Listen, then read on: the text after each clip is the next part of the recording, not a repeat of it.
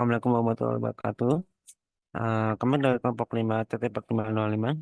Di sini kami memiliki 3 anggota, yakni yang pertama ada Cynthia Febriani, yang kedua ada Reza Aditya, dan yang ketiga saya sendiri Aditya Raffi. Kami akan mempresentasikan tugas besar PBO Java program GUI aplikasi kasir sederhana untuk Starbucks. Izin saya screen terlebih dahulu.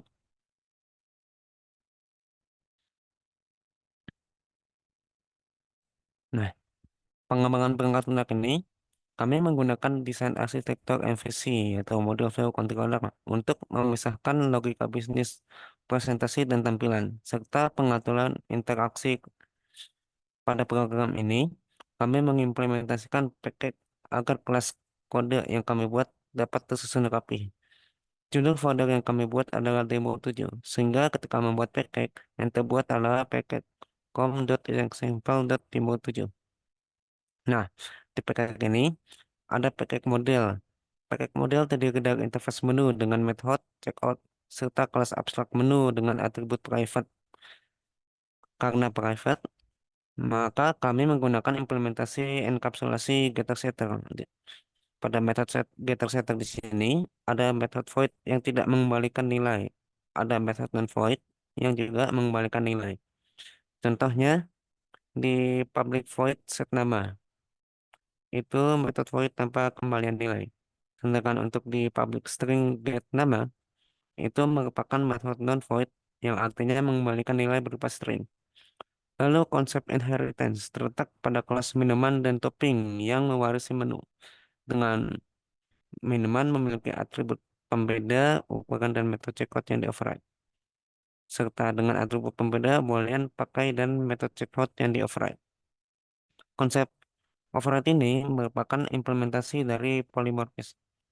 Nah, pada controller, objek minuman dan topping diinisialisasikan seperti minuman americano sama dengan neo minuman dan topping honey sama dengan neo topping. Untuk selanjutnya bisa dilanjutkan oleh Reza Aditya. Baik, pada program selanjutnya itu kami menggunakan memiliki beberapa tipe data seperti ada tabel harga, ada inti jumlah, string, nama, dan juga goleman. Lalu dalam metode inisialisasi dilakukan konfigurasi awal untuk elemen-elemen GUI. Jadi beberapa elemen seperti spinner dan checkbox itu diatur menjadi tidak terlihat dengan set visible false sehingga pengguna tidak melihat saat aplikasi pertama kali dijalankan. Selanjutnya dibuat objek spinner value factory untuk menentukan batas nilai dan nilai awal dari setiap spinner. Tiga spinner ini masing-masing memiliki rentang nilai dari 0 hingga 10 dan nilai awalnya diatur pada nilai 0. Nah, pada metode ini berupa metode void. Jadi artinya tidak mengembalikan nilai karena memang metode ini hanya untuk inisialisasi. Selanjutnya, nah ini masih metode inisialisasi. Pada pada line 65-86 ini listening ditambahkan ke property value dari tiga spinner. Saat nilai spinner berubah, listener ini akan memperoleh jumlah minuman dan label yang sesuai. Kemudian memanggil metode hitung untuk menghitung total harga dan memperbarui-nya. Lalu pada metode hitung ini menghitung total harga pesanan berdasarkan jumlah dan harga minuman yang dipilih serta harga topping yang dipilih juga. Jika pengguna merupakan member, maka mereka mendapat potongan khusus berupa diskon 5%. Sedangkan yang tidak, itu tetap harganya menjadi normal. Nah, di sini ada struktur kondisional terletak di line if is member, maka dia akan menjalankan perintah untuk total harga di diskonnya. Baik, selanjutnya akan dilanjutkan oleh teman saya, Cynthia Febriani.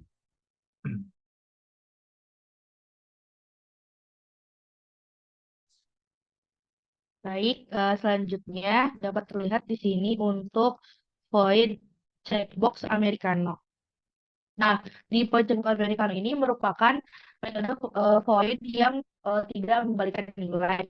Ini jika dia pilih satu is selected, jika checkbox Americano di select, maka spinner dan juga pilihan topping itu akan terlihat karena dia di set visible true dan akan terlihat image Americano. Tapi jika tidak dipilih, maka spinner dan topping itu tidak akan ditampilkan karena set visible-nya false dan gambarnya juga tidak akan ditampilkan. Lalu ada fungsi hitung yang dipanggil untuk mengupdate total harga pesanan berdasarkan perubahan yang terjadi. Nah, ini sama, begitupun pada void checkbox cappuccino dan juga green tea, konsepnya itu sama.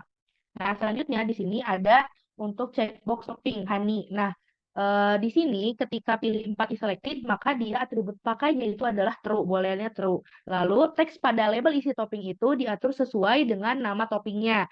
Lalu gambarnya dimunculkan dan checkbox untuk topping yang lainnya akan di-set visible false, tidak terlihat. Tapi apabila checkbox honey tidak dipilih, maka label isi topping akan tertulis tanpa topping, lalu gambarnya akan kosong dan pilihan untuk checkbox topping lainnya itu akan terlihat.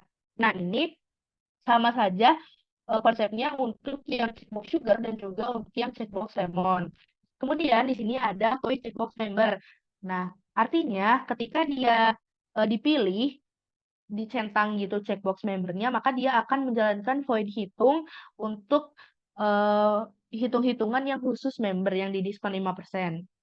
Nah, yang terakhir ini terkait void check off atau check out. Nah, pada line 229 ini ke bawah sampai 293, kode ini merupakan implementasi dari fungsi check out dalam GUI-nya. Jadi, saat tombol check out ini ditekan, maka program akan melakukan reset terhadap nilai-nilai terkait dengan setiap nilai minuman ataupun nilai topping. Lalu, tampilan checkbox dan spinner terkait juga akan seperti tampilan awal gitu, jadi tidak terlihat. Dan nilai-nilai dalamnya akan direset menjadi 0. Kemudian label-label topping dan total harga juga akan kosong.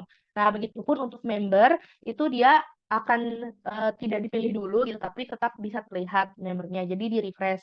Jadi secara keseluruhan intinya fungsi checkout ini bertujuan untuk membersihkan, mengclear ataupun mengatur ulang seluruh tampilan dan nilai terkait pesanan.